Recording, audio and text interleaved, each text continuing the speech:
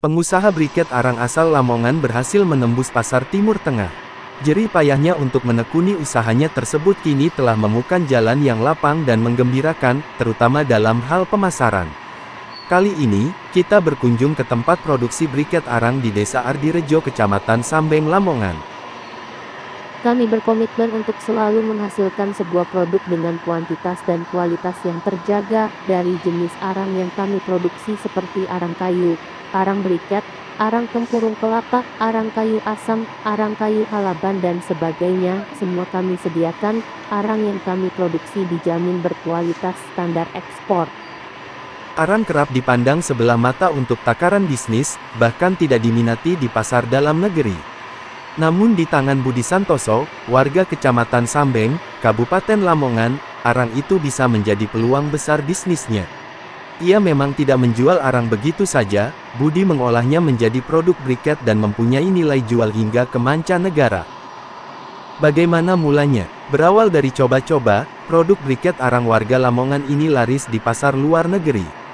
Namun lantaran keterbatasan alat produksi, membuat Budi Santoso tidak bisa memenuhi semua pesanan briket arang dari luar negeri. Budi Santoso sudah membuktikan, meski produksi briket arang kayunya tidak diminati di dalam negeri, tapi ia mampu mengekspor produk briketnya ke pasar internasional. Ia mampu mengekspor briket arang kayunya ke pasar Timur Tengah. Briket arang ini masih belum diminati dalam negeri, jadi selama ini produk dikirim ke luar negeri.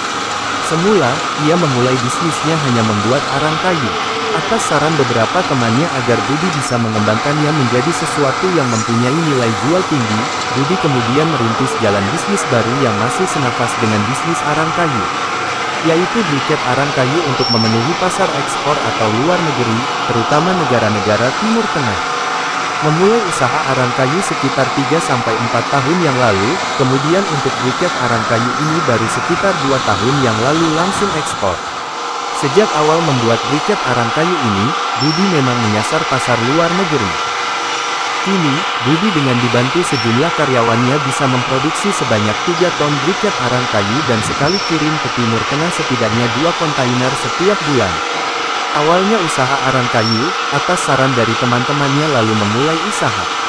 Pengalaman membuat briket arang, Budi mengaku memperoleh dari Pati, Jawa Tengah. Artinya belajar dari seorang pengusaha di Jawa Tengah. Kini, briket Budi telah merambah sejumlah negara di antaranya adalah Lebanon, Qatar dan beberapa negara lainnya.